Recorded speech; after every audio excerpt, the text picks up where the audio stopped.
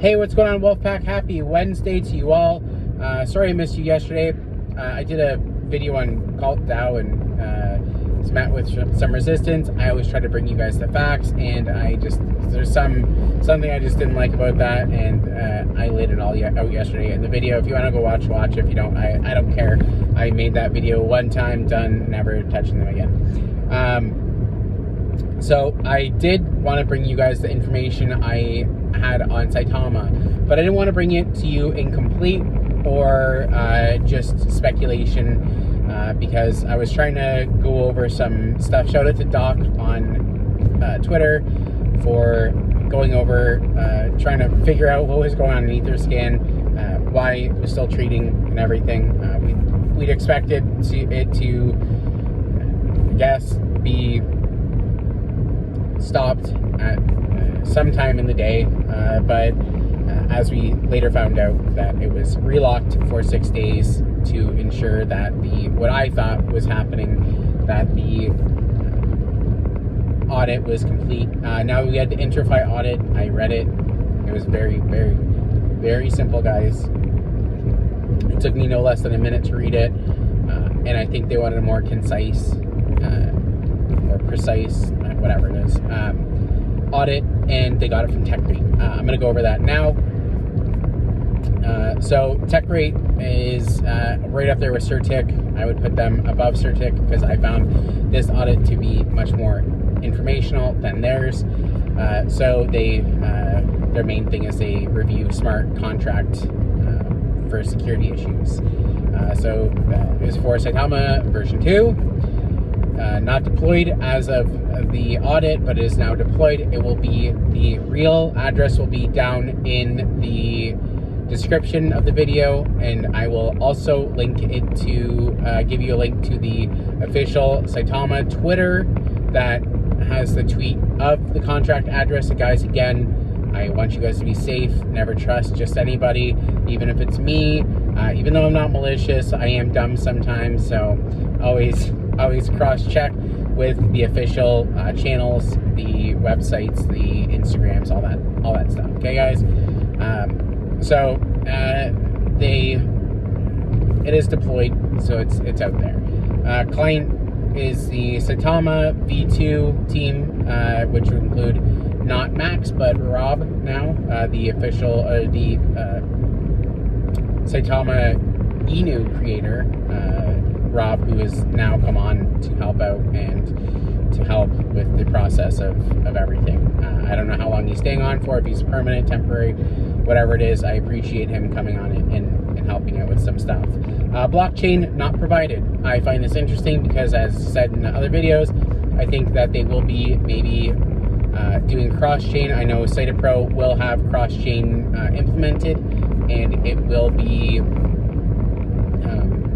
in use, so why not use a BSC or Cardano, any blockchain that's available to us that may reduce fees, trading fees and whatnot. That would be great for us.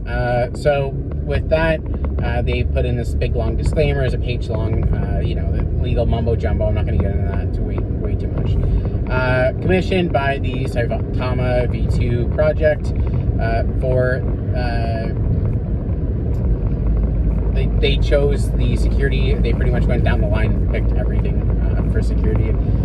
Everything passed, so I'm going to read off of the things that passed instead of saying this passed, this passed. Complier errors pass.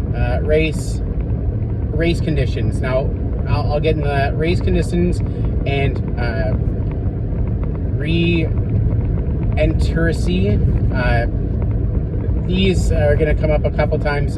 Cross function race conditions.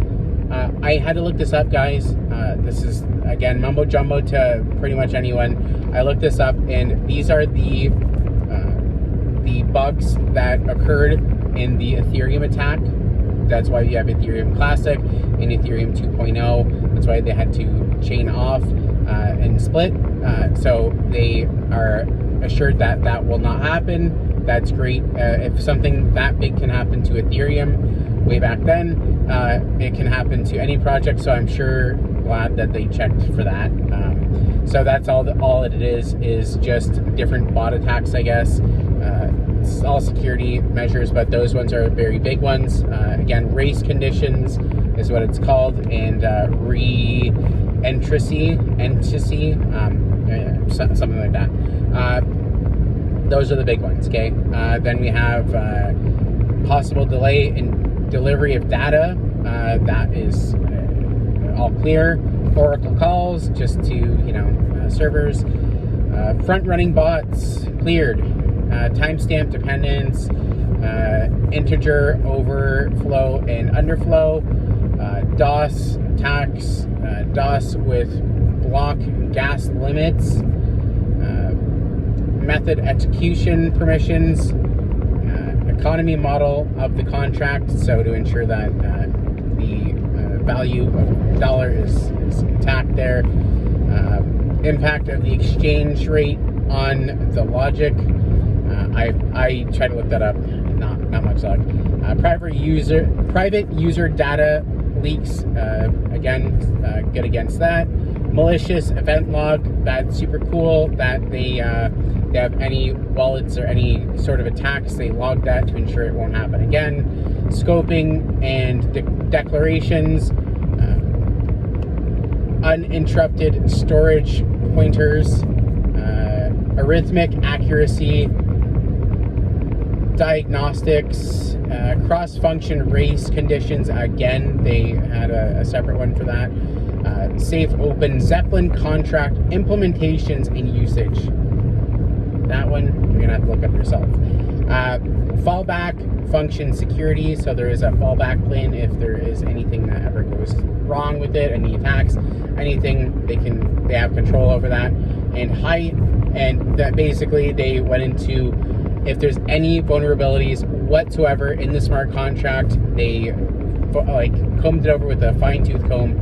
High, medium, low severity issues, none were found. Okay, guys, just to reiterate, there's no issues found within the contract, and with the contract, the smart contract, the owner has these privileges. Now, again, the owner is not just Russ. This is a multi-signature wallet, so you need, from what I'm hearing, 2 to 3, if not up to 5, depending on what they're trying to do. So not one dev can, you have all these, the developer, the blockchain developer, the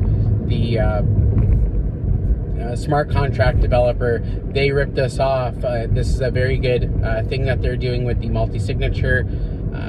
So not just one team member, not 2, not 3, it just depends on what they're doing. They may need all the signatures aside from one, just in case there's, God forbid, a death, that there's one person can be excluded, and that's fine. So the owner has permissions and privileges of exclusion from the fees, the trading fees. So obviously when they're transferring for the V2 over, they want to exclude those fees. Obviously they can enable and disable them. I've seen, not that I really want them to do it, but I've seen them where they some tokens will say, hey, we have a sale on this weekend, get in and we'll take that 5% off for the purchase, that 4% off, that 10% off, whatever they're charging, they'll take that off. I think that's cool. Not that I would want them to do it, but if ever something has to come up and they have to enable or disable, that would be advantageous, I guess. They can change marketing to ETH, or for ETH wallet. So if you didn't know, the 1% will be paid out directly in ETH, and the other 1% will be paid out in Saitama. So basically, they have the option to change the percentages on those, and those two intertwined. They can maybe do 1.5 ETH and 5 Saitama, or vice versa. They can change maximum transaction amounts, so that is very good. They want to have an anti-whale measures, so they can enact that, guys. Pretty happy about that, so we're not getting dumped on all the time. Charts won't look as bad. They can enable and disable trading, which will have to happen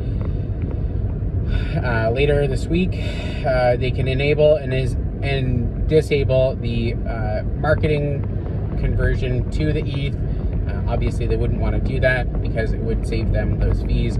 Obviously, they're not going to have the fees occur to them when they switch out their wallets or send out Saitama to whoever they have to send out to for the marketing, so they don't get banged up on those fees, which is good for everyone, I guess.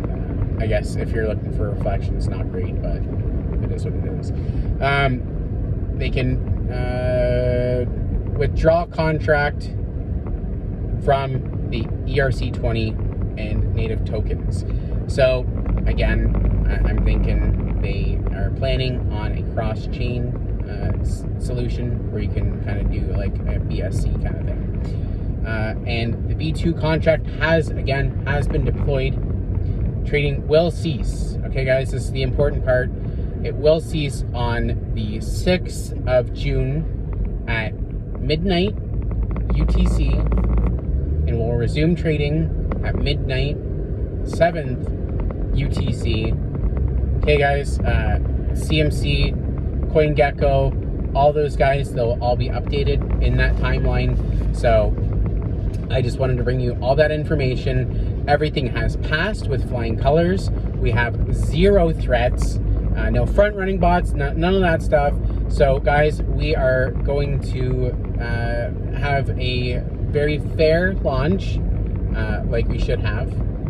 And it's going to be a totally different project, guys. I don't want to take too much of your time. I hope you guys are having a great day. I hope you guys finish out your day strong. And Wolfpack, I never stopped believing. I never had doubts. I just wanted to let you guys know that everything's going to be good. We're going to be where we have to be. And it was imperative that they had the proper security measures in place. I do appreciate that, devs. I'm sure the rest of you appreciate that your money will be safer than most other projects. You guys have a great day, and I'll see you later.